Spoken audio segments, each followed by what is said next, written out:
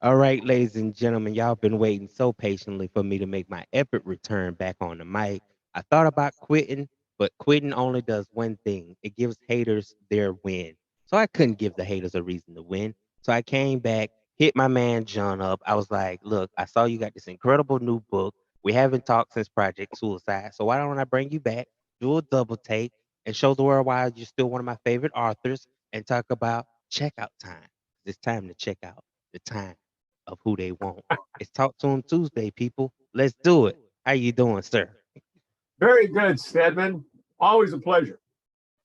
Likewise, man. When you always keep up with me, you always, send me some emails on your latest things and stuff like that. I'm like, I like John. Like, I like somebody you can build an actual friendship with, and they actually like keep up with events, and you drop some positive words to me every now and then. I'm like, that's the type of person I support, genuinely support, and don't look for nothing in return. Like the books are incredible. You're an accomplished author.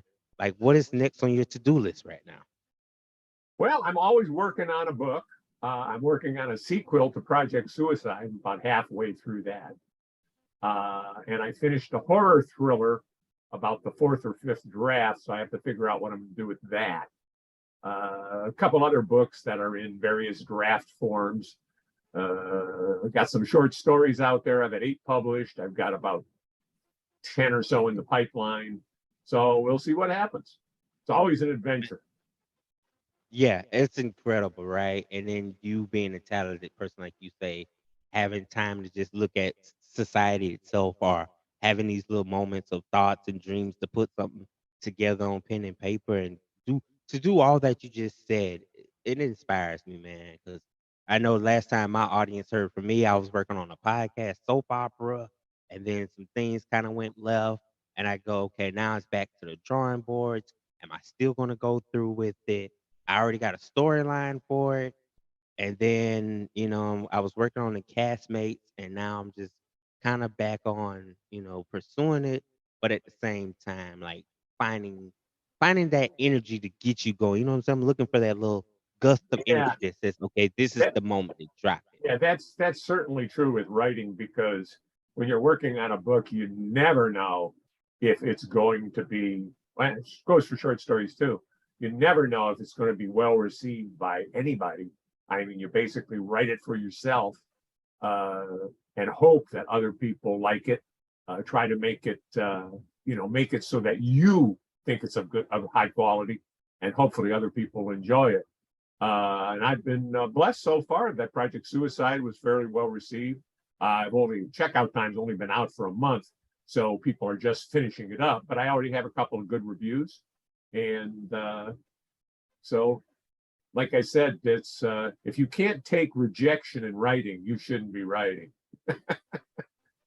Man, you just said a jewel right there, right? And for me, when it comes to writing, sometimes I could be my own biggest critic. You know how you can write a couple lines, be like, all right, that didn't work. But then I might catch like a good movie that might relate to what I'm doing and go, okay, now's the time. Let me jot this down. And it might stick better than before. Like, has that been something for you? Like, where you can just, get into an environment where you can say, okay, what I was gonna write in theory didn't work, but now that I'm in the area and see something, now I got a little moment of, Well, and brain thunder. that's a great thing about having a bunch of irons in the fire at the same time. If something's not gelling on one novel or story or whatever, you can always set it aside for a little bit, work on something. You shouldn't set it aside and not do anything, but set it aside, work on something else. Uh, there's always something you can do to keep pushing your craft forward, even if you get stuck on one part of it for some reason.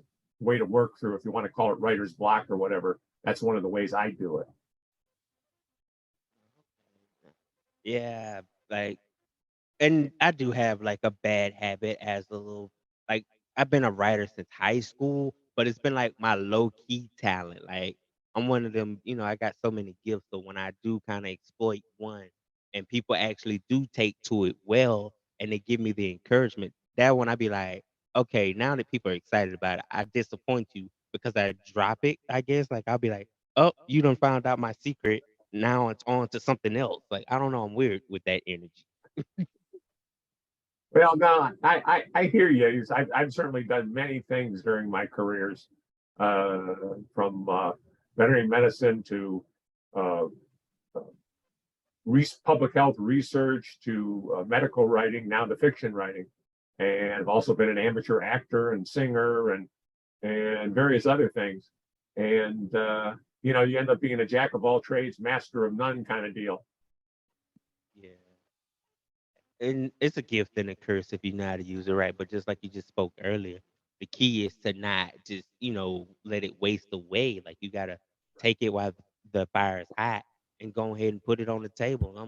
I'm like, I don't let the fire come. I don't let it came out the fire. It was hot, piping hot, ready. Now it done got lukewarm, and now I'm like, all right, it's time to put it back in the furnace and let's reproduce something a better quality. Yeah, well, that's also as people write, as a lot of people when they're starting out, they say, I don't think my stuff's very good, so I'm going to stop. It's like, well, the way your stuff gets better is to keep doing it. Yeah, you're going to write some crap. I look at some like short stories that I wrote when I first started, like in 2010, and I'm like, wow, that needs work. But at the time, I thought it was okay, But I see now as I'm a better writer that it needs work and can be made a lot better. So that's part of the growth process. Also, it changes how you read. You no longer read just as a reader. You look at the writing and you can follow the story, but you say to yourself, oh, that's really nice the way he blended that together, or whoa, that really slowed the narrative. Why did he include that? Why didn't an editor take that out? That kind of stuff. And so it's a mixed blessing. I mean, you don't read quite the same way anymore. I was just reading a Stephen King book not that long ago, his Fairy Tale, which came out probably about 6 months ago now. And I've been a Stephen King fan my whole life. And I was reading it going, this really needs to be edited. This I could take 10,000 words out of this and it would help it. And you don't know why it wasn't or whatever, but it just changes how you read. Agreed, man. I was doing a podcast on like last night on a friend of mine's show, and they was reviewing the movie about George Foreman, and he was talking about how the directors got lazy with this film. Like a lot of important pieces when you're talking about George Foreman that the viewers wanted to know about was like you skim past to give us a bunch of stuff that kind of was like, we don't really Yeah, care about. Like, you yeah, know what I'm I saying? hear you. I hear you. I don't want to be one of those people to take out like the important meat and potatoes of my story just to give you some flim flam, and you go, all right, well, you bought it. I'm never been one of the people like you bought it. I don't waste my time doing half shelf work. Just like you said, you can review stuff from 2010 up until now and go, I've improved in that time period. Like for that era of 2010, like you said, it might have stuck for that moment, but now your words done got better, your knowledge has enhanced, and you ready to, take it up a notch. Right. Well, what you were just saying was really true about uh, you have to know what to include. I teach a workshop on using research in fiction writing. I'm going to be teaching it at uh, Louisville, Kentucky, at the Imaginarium Convention in July, Okay. which is a great little convention. If you've never been to it, it's fairly new and it's got a lot of good stuff on gaming and independent film and writing and all kinds of neat stuff, script writing and novel writing. But a tendency for people to do is when they do research, say they're writing a medical thriller or whatever, so they're doing medical research, they want to put it all in the book, and because they want to show, number one, how smart they are to find this, and number two, I collected it, so I got to use it. And you forget that you're writing fiction, you're making stuff up, and you want to engage people. You don't want to write a textbook or a manual on how to do medicine or whatever Right. it happens to be. And so you put a lot more on the shelf than you put into the book when doing something like research. And it's the same when you're writing. You can get off on a tangent. The old saying, you have to kill your darlings. You may really like what you wrote, but if it slows the story down or doesn't tell people anything about the characters, you got to get rid of it. That's where editors come in. Editors can see that oftentimes more than you can. And they're very key vital people to have on your Oh, team, right? absolutely. You know what I'm saying? Because when I'm writing my pod soap and I came up with the whole, nonfiction storyline, I put the characters here, I created the whole scene and the scenario, right? And then I think like the way it opened up, it just kind of went with that true soap opera feel of just going straight to some drama. But then I didn't ever introduce the audience to how we got to the drama, right? So Right. that's what made me kind of go back to my writing. It was like, I can't open the floor on, scene one. We're in this, diner situation and two people are going at each other's throat, but then they're gonna be like, I even as a listener versus a writer, it's like, I don't know what's the whole, why are they fighting? Granted, we was gonna get to that, but I was like, I want to go back. So I went back and go, let's give them like a pre-story before we get to where we are now. That way, by the time we go back to the point where the drama takes place, I've caught you up. So that's been kind of my challenge with writing is, when you trying to create a story, my thing is when you're creating that chaotic period, you don't want to make it too long-winded where it's too drawn out and it's like, okay, I don't went 30 pages of drama, drama, drama, but then, I'm still not understanding the whole purpose. So I'm kind of taking myself back a few paces to introduce, like, I want to know how they got set up, how you go from this successful period to this fall, and then coming back to try to gain everything back from me. Yeah, I went through a lot of stuff like that when I was writing Checkout Time, and I got some good advice for some authors that I respect. That you've got to start the story at the beginning of the story. And with the case of Checkout Time, it starts with action, and then we flash back a little bit. But the point is, you've got to keep the audience, the readership, engaged. And as you just said, you don't want it to be 30 pages where people are wondering where you're going with it. Even if Mm, it's good writing, you read a lot of, or at least some authors, some famous authors sometimes, where there's all kinds of fill, which is good writing, but you find you're skipping over it. And you don't want to be the writer that people flip through. Where's the good stuff? Start again.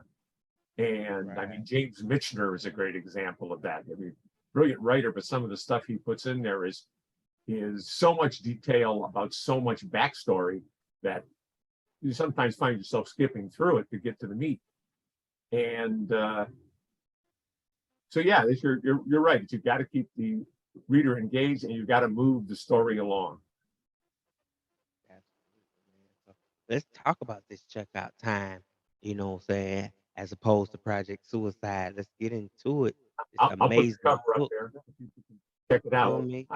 I like that darkness, the dark tint on the cover. Like that Yeah, just let you know it's a shadow I of a like it figure. too. We work with the cover designer, and I like the idea. It's a shadowy figure, so you're not really sure who it is. And there's fire in the background. There's a glow, and then the checkout time on top kind of all ties it all together. Yeah, Right. checkout time. I'll give your audience a little what they call the log line or the elevator pitch version, the two-line description. It's a story about a extortion bomber known mysteriously as Conrad Hilton, who is looking to make a killing from a group of hotel owners, and he's not above killing to make a point.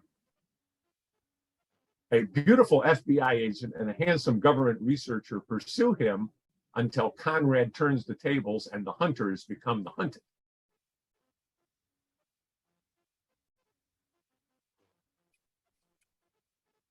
And nothing makes a story or plot twist more better than those type of moments where you're in pursuit and now you become the pursuee. Like we was on the hunt for you. Now the tables are turned. Game's on you, fellas.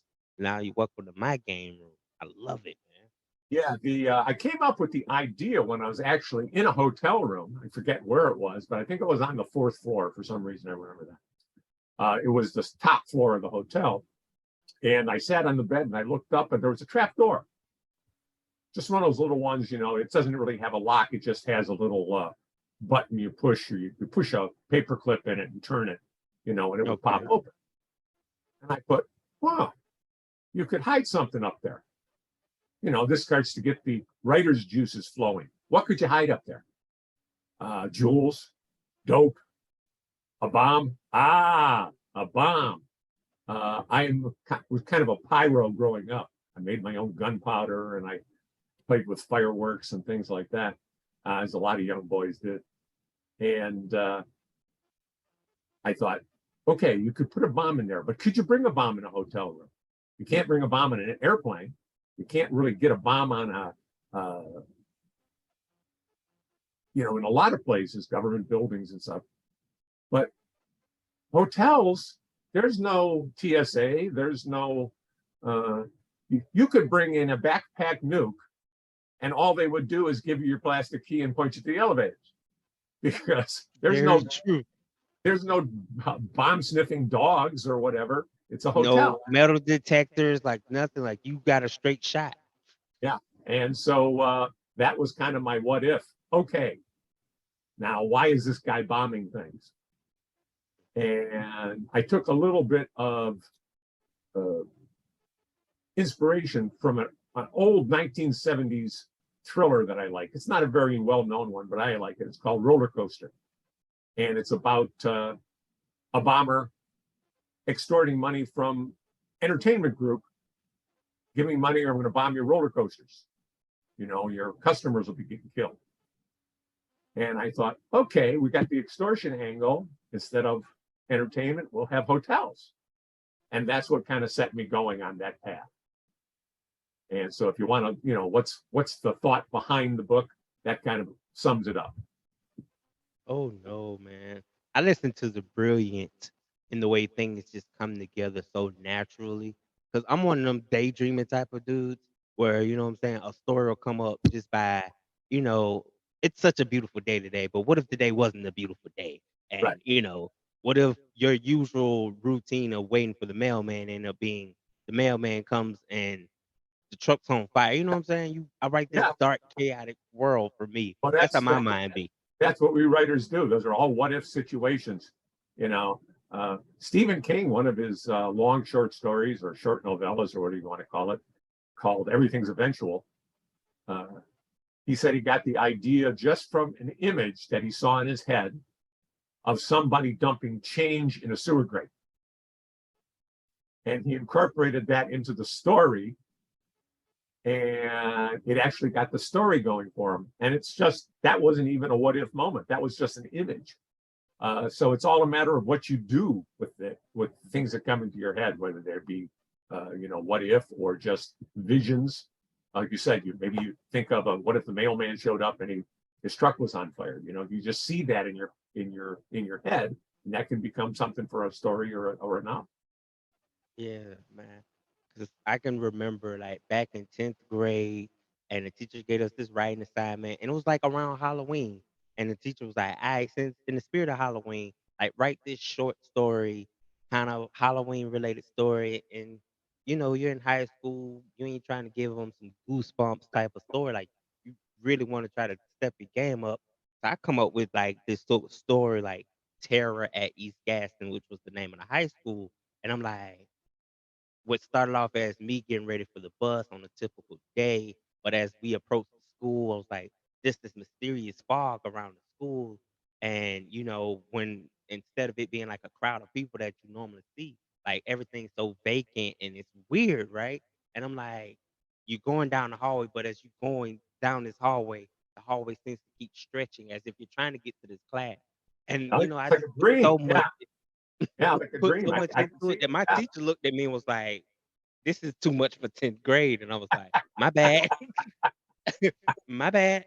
I didn't mean to go that far with it." But I was like, "Okay." So the gist of the story was like, "All right." So my favorite teacher, who's the English teacher, I was like, "Imagine if something happened and the principal turns into, everybody's possessed by some sort of something with this mist.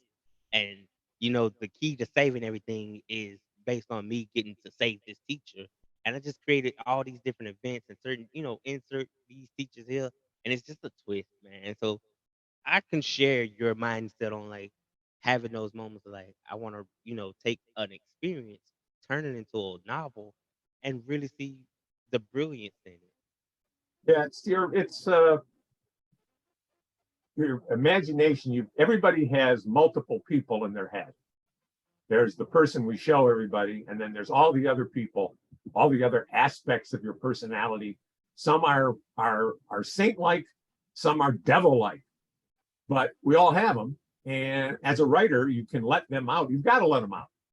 You know, you want your work to be authentic. There has to be an underlying truth to it that comes through you. It's like being a good actor. You can play a villain even though you're not a villainous person, because there's that aspect of your character that you can draw upon and embellish, so that people will believe it. And that's certainly true of acting and of writing. It's you're telling a lie. You want the lie to be believable, and that's where, when writing, for example, research comes in. Now, when I was doing research for Project Suicide, that was more of a medical, techno thriller. Checkout time, the research had to do more with things like, how do you start fires? How do you keep fires going? How do you make napalm or thermite in your home? Now I can just imagine somebody from the FBI monitoring my traffic on Google. You are, sir, your IP address has been tracked. We're here to issue a warning, right? Like, you doing too much. Why would you want to know these? Well, one of the But interesting things of research I did for it, and you know, back before we had Google and Google Maps and all these different things, people used to actually have to visit places yep. and check them out, or go to a library and look it up. Kind of old school research. I did a little of that for checkout time.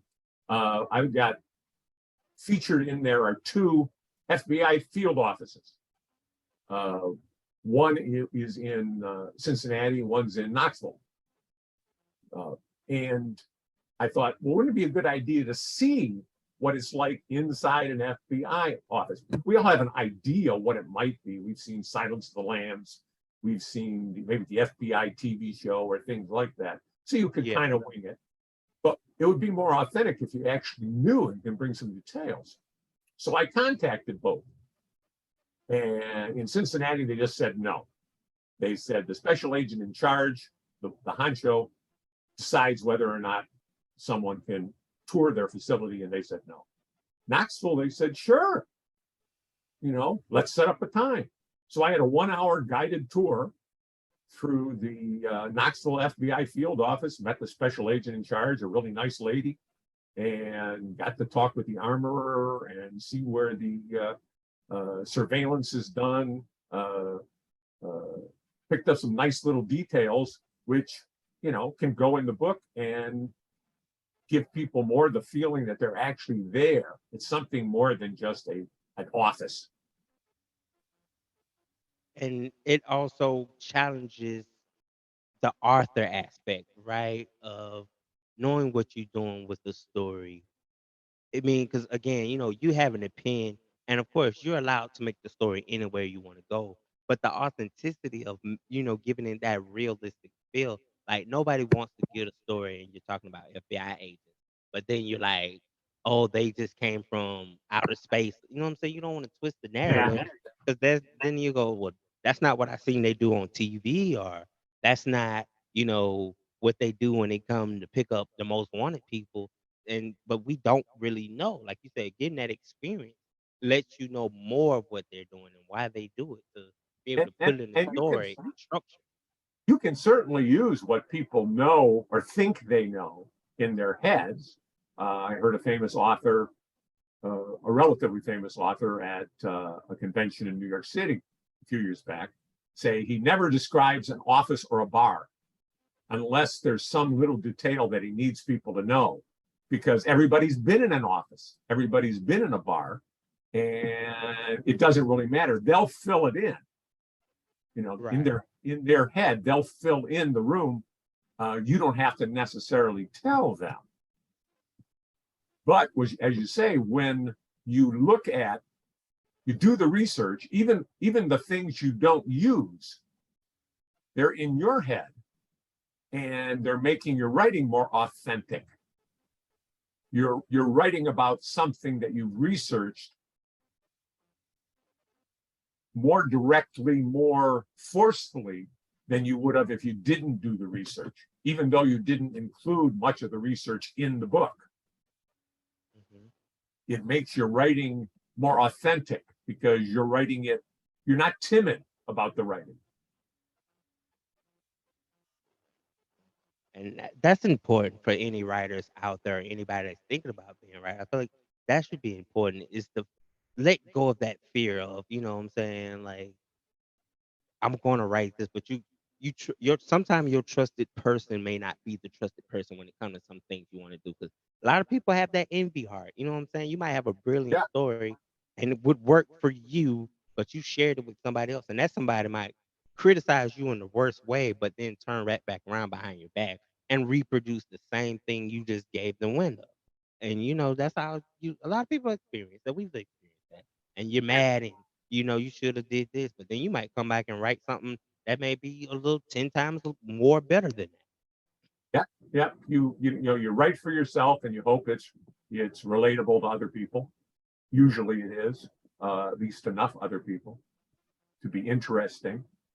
And it's the first time you write it, the first draft may not be that good, but the second draft or the third draft, which are really more important, the editing, the rewriting, is where a lot of times the good writing comes out.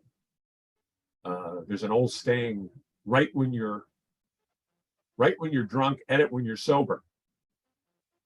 When you're writing, you just let the creative juices flow. When you're writing a first draft, and then you come back and say, okay, now let's look at it clinically. Let's look at it with a jaundiced eye and say, how can we make it better? What can we trim? What can we add that will improve it?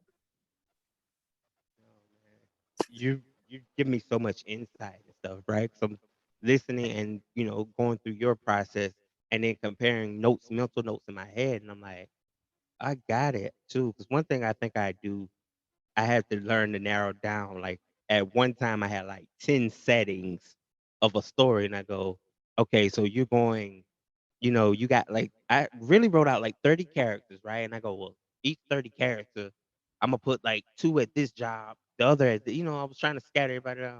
I was like, you might want to narrow it down because you're trying to fit all that into this storyline is supposed to go episodically on and on, but if you're trying to pile Yeah, everybody and they're supposed to meet at all 10 spots the first episode, you're gonna cram too much and you're gonna blow too up. many characters can be confusing.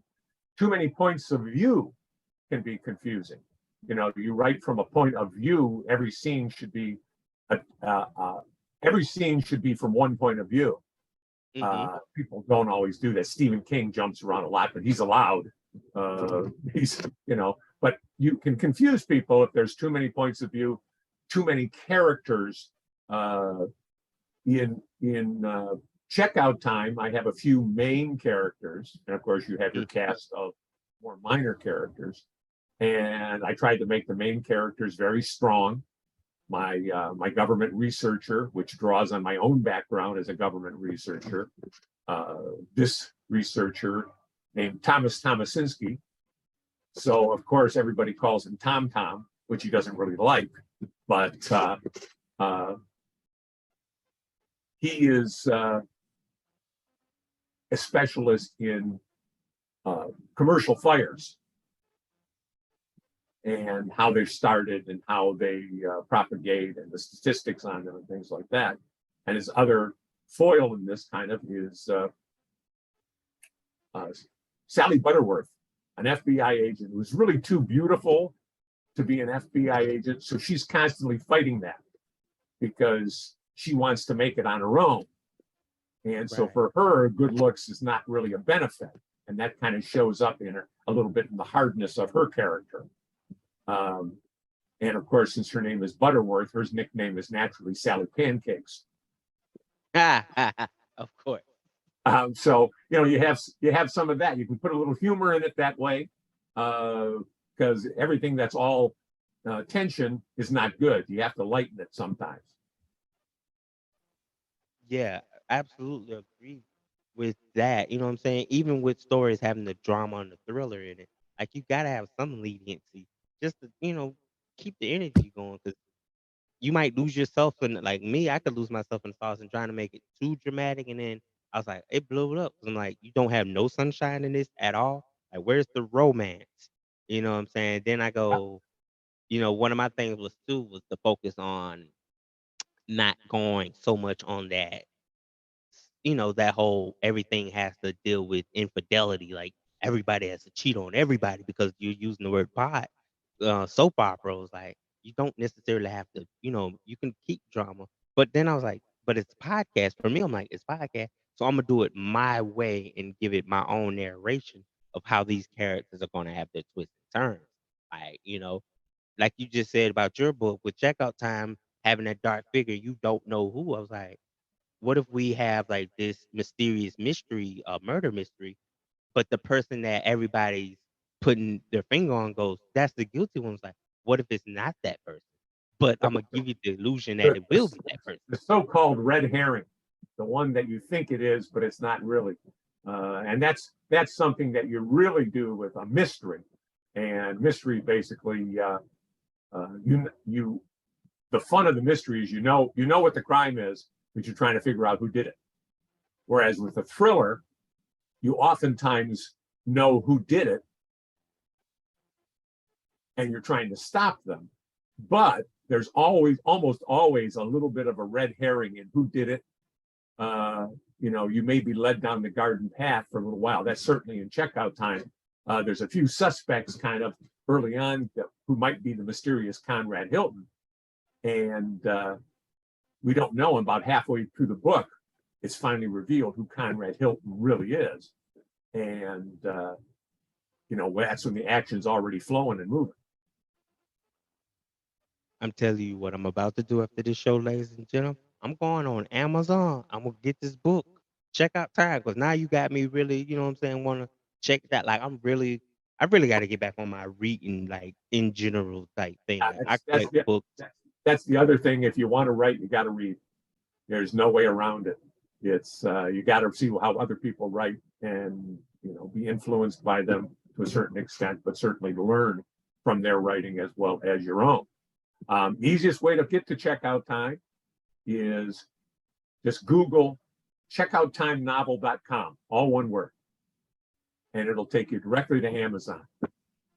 Gotcha, Just man. No. I had the same thing for Project Suicide, projectsuicidenovel.com, all one word, checkouttimenovel.com, all one word. Yeah, because me and my friends are looking to start this little like book club, and was like, we're just gonna start collecting author books, and that was kind of made me go, As a podcast, I was like, I want to get back to interviewing my authors more, because they're important figures. Like literature is important regardless of how the world moves, but when we focus on podcasts, you focus on who to grab. Everybody wants the entertainers. Everybody wants the musicians. I'm like, I built my career path, and I'm like, I like going for the ones that ain't nobody gonna look for, the ones that you think ain't important. Like authors are just important. You know what I'm saying? Sharing the knowledge, the wealth, and learning that, like, because you gotta look at as content creators, you have to write what you're gonna do for your shows. Like, you need to be able to build relationships with authors. And like I said, you being one of my favorite authors, like I love this conversation that we're having because I'm like, I'm bouncing off you, you bouncing off me, and it works. But I'm really interested in, copying these books, sitting down, reading them, and then probably doing like them old school questionnaires, you know what I'm saying? Where you write down questions, we might meet up, say every Thursday evening, be like, all right, what you think about this chapter this week or this part on this chapter? Like I want to create that for my world with my friends now. Yeah, I've spoken to several book clubs. I've got one coming up in a couple of weeks. I'm trying to book some more. It's a fun way to get a real connection with readers, and it's a little bit more intimate connection. But yeah, checkout time I think would be a good one for you. There's a lot of action. So far, the feedback I've got is that it's a real page turner. It moves right along. And when you're writing a thriller, that's your goal. You want it to be thrilling. You definitely don't want to shy away from that goal. You know what I'm saying? And I love thrillers more. I think I'm more of a thriller fan because it's something about that feeling when you're reading all that. You know what I'm saying? I want to turn the page, but I don't want to turn the page. And you know what I'm saying? I like when I'm so driven on that one protagonist or whatever, be like, that's the one I know is the one I'm looking at. But then you realize it wasn't that person. Like I love that's why I want to do it for my own self. Be like, I love being able to for you to be like, yeah, I know it was you. It was you the whole time when the whole time it was the person sitting right across from you that was guilty of it. You know, that guess who game. Yeah, and as an author, um, a lot of times I do not know what a character is going to do, or if a character is going to survive, or what's going to happen until it happens. The character kind of tells me this is what's going to happen next, and I can hear it. I can hear the dialogue in my head and that kind of stuff. So yeah, that gives it a spontaneity, which if it's heavily plotted out, and some people write that way, they write, they outline everything beforehand and things like that. But for me and for some other writers, you know, if it's a surprise to me, well, it'd be a surprise to the reader. Again, that's what separates you from a lot of other of these authors. You know what I'm saying? I like the humbleness that I'm not too on my high horse, but I'm enough to let you know, like, I can't tell you what's in my book. I wrote even though I wrote the book, but I'm not gonna tell you know what I'm saying? I like that. I Yeah, want the element of surprise too. That shows me how much you care about your product, but not only that, you care about a reader too. Like you yeah. know what I'm saying? I'm on chapter one like you on chapter one. I've actually heard a famous author, I forget which one right now, but he said, people, they always worry about writing themselves into a corner, just like painting yourself in a corner. You write yourself into something that looks to be insoluble. And he goes, I love that, because the solution, when you finally come up with it, is it's kind of novel. It's kind of surprising to everyone. You know, you paint yourself into what appears to be a corner, but there's a way out, and it's that way out that sometimes can make a chapter or make a plot. I need to hang out with more friends like you and challenge myself Time, my friend. a little more. I do. Like, it's genius. And you know what I'm saying? To be re-inspired, because even with this moment of me reaching out to you, there was like I had that drawback. Like I've really been on a drawback, bro. I'm not gonna lie. And today I was like, you re-gave me a purpose again. Like you helped narrate that goal to why I was so goal driven in doing this. And now I'm ready to, keep getting back in the book. I'm ready to pick back on the pod soap, finish writing that out. Like I got a lot of stuff I want to get done, like actually put action into it. And maybe if you get a chance, I can share email you some little gist of my script, and maybe you Sure, can kind of look absolutely. over it and kind of give me some pointers, some objectives of what I'm doing here. I would greatly appreciate it. No, absolutely. No problem. Oh yeah, man. So Project Suicide versus Checkout Time. Which one do you feel are you one of them equally love them both type of writers? Um, Checkout time was the one that flowed for me the best. I had the most fun writing it. Both were fun, but the characters just kind of wrote themselves in checkout time, and the story kind of flowed easily in my head. So that was a lot of fun to do. Project Suicide, I always thought was the higher concept book that dealt with more topical information versus just a bomber with this whole idea of the suicide drug, cures for Alzheimer's turned into a suicide drug. That was the higher concept. And I love the characters and stuff in that too. But I would probably give the edge to checkout time for me personally writing it. Understand. And like you said earlier, when you was talking about being in a hotel and having the idea of seeing things, tangible things, you know what I'm saying? Because I would be up in a hotel room and see something like that and be like, man, if I had just hit a bank right now, I would stuff the money like that movie Blue Street where Martin and them had just committed that robbery for that jewel, Right? and they was doing a constructive building and they hit the diamond in the air duct that later became a police station.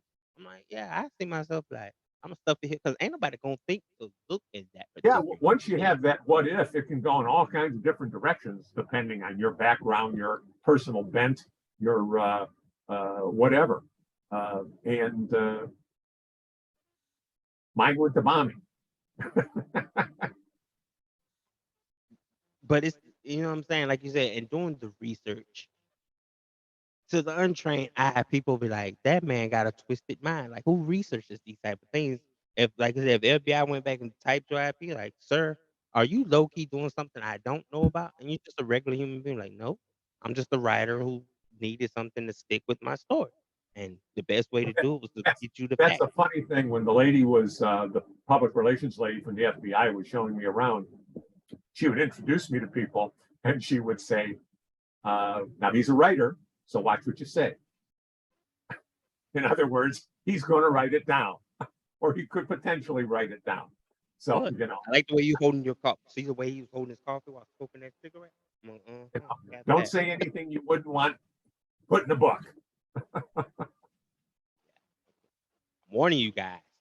I'm warning you while he's on the set. Don't do none of the Charlie, today look alive. Right? No, man, it's all good. Like I love that.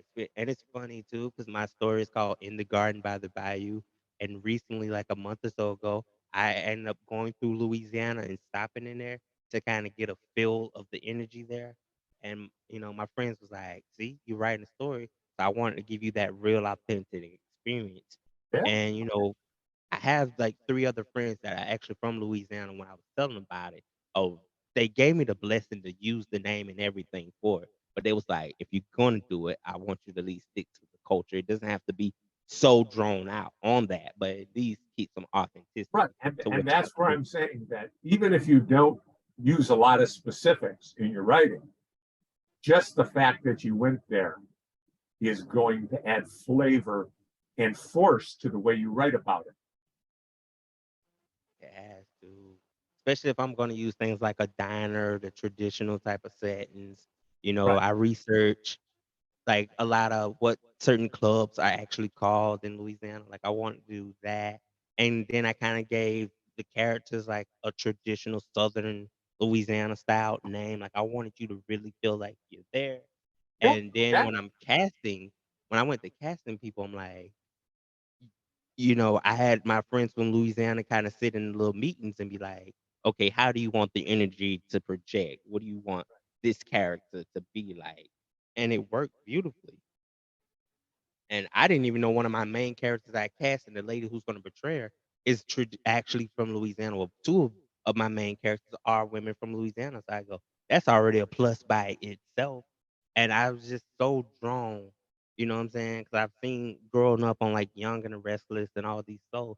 So I'm like, I want to do something in that neck of the woods, but then I've seen what Tyler Perry do with soap opera. So I'm like, but in my world, I was like, I want to do something totally different. I want it to be a mix of both, where you got the rich sitting on the throne, but then they doing some crookedness, and then you find out the one I made out to be the crook, and it was his wife. Like I want to have some mystery in it. Well, you're very right that just the setting sometimes can be one of the characters.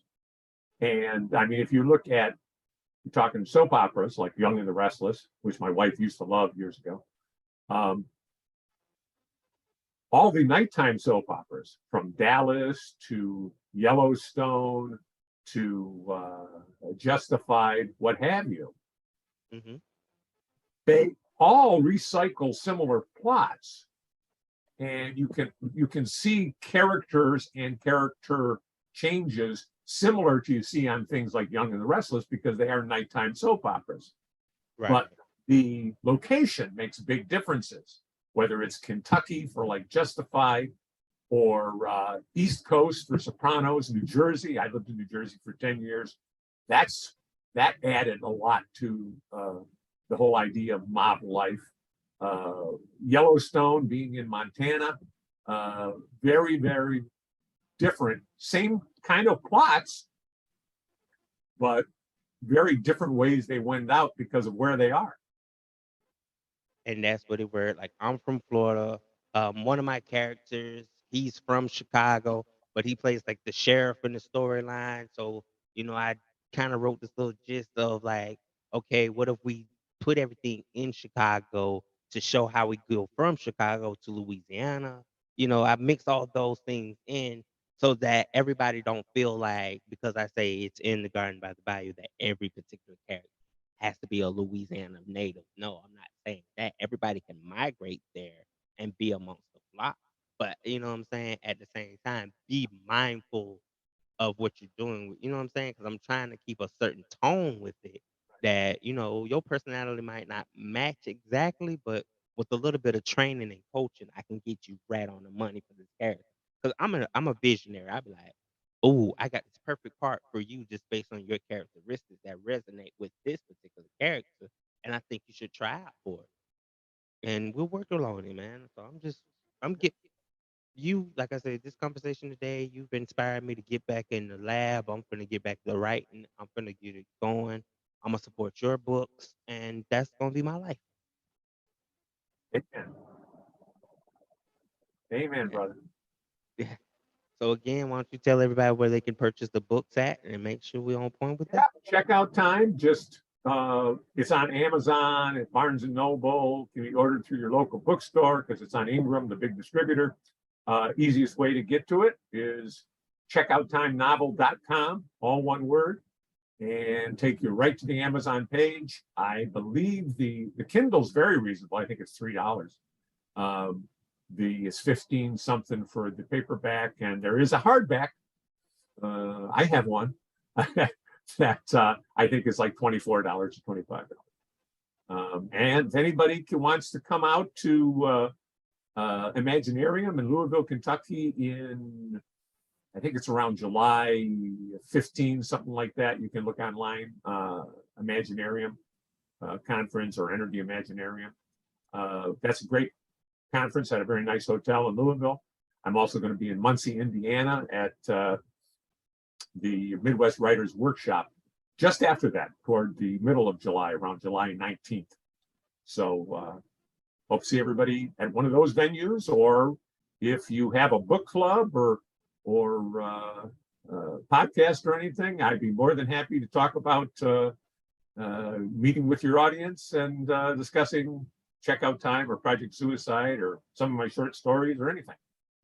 Exactly, man. He's a brilliant guest to have. Very great dude, and he's gonna drop some jewels on you that's gonna make you rethink life. And go purchase the books, not because he tells you to go purchase the book, but support the book because you like to read. I like to read, and I want to see what happens next. You know what I'm saying? I'm looking for these books to come into movies, and that's what I'm like. I I remember I'm being one 10 years when the movie's high. I'm like, I actually sat down with the author on both these books, and I know exactly how the story really go. There you go. Yeah, but Hopefully. it's been a pleasure, man, talking to you, John, my man. Always a I'm gonna pleasure. let you If go you're and if be you're back with ever your in East, family. you're ever in Eastern Tennessee, let me know. We'll get together for a beer. Buy you a beer. I'm with that. I'm telling you, yes, we'll definitely make that happen, my man. Yeah, glad I caught you before you got super busy. I see why you told me your calendar dates was getting full. You finna get busy, busy, and I'm finna get busy with it too, man. So you enjoy the rest of your evening. It's been a pleasure, and this has been another great Who They Want podcast episode with DJ Steady. Are you ready? You dig? Thank you. You're welcome.